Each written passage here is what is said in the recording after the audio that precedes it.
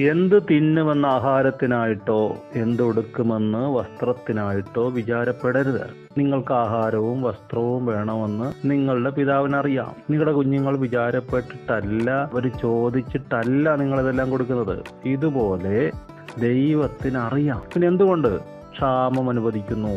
സാമ്പത്തിക ബുദ്ധിമുട്ട് ദൈവം അനുവദിക്കുന്നു. കാരണം ഈ ബുദ്ധിമുട്ടിലാണ് നിങ്ങൾ പക്ഷികളെ പോലെ പറക്കാൻ പഠിക്കേണ്ടത്. വിശ്വാസത്തിന്റെ ചിറകിൽ ആത്മശക്തിയിൽ പറക്കാൻ പഠിക്കാനാണ് ഈ ബുദ്ധിമുട്ട് തന്നത്. വയലിലെ താമരയെ പോലെ അകത്തെ മനുഷ്യൻ സൗന്ദര്യം പ്രാപിക്കാനാണ് ഈ സാഹചര്യം.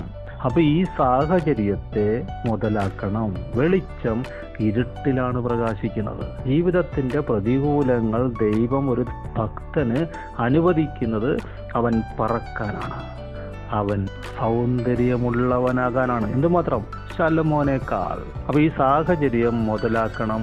കഷ്ടപ്പാടിന്റെ സമയത്ത്, ബുദ്ധിമുട്ടിന്റെ സമയത്ത് പെറുപെറുക്കാതെ ഉപവസിക്കുക, പ്രാർത്ഥിക്കുക, വചനം ധ്യാനിക്കുക, പരിശുദ്ധാത്മാവിനോട് സഹകരിക്കുക. അപ്പോൾ കണ്ണുനീർ താഴ്വരയിലൂടെ കടക്കുമ്പോൾ അവർ അതിനെ ജലാശയമാക്കി തീർക്കുന്നു എന്നുള്ള വചനം അന്വർത്ഥമാകും.